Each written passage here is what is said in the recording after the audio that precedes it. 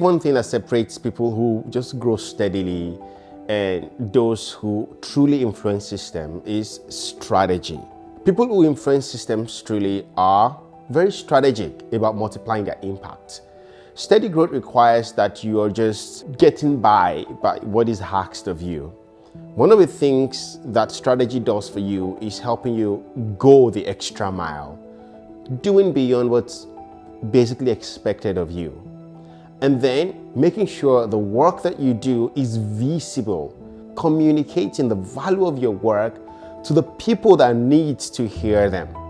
And then thinking in systems rather than thinking in units. Good execution or good performance only takes you to a level.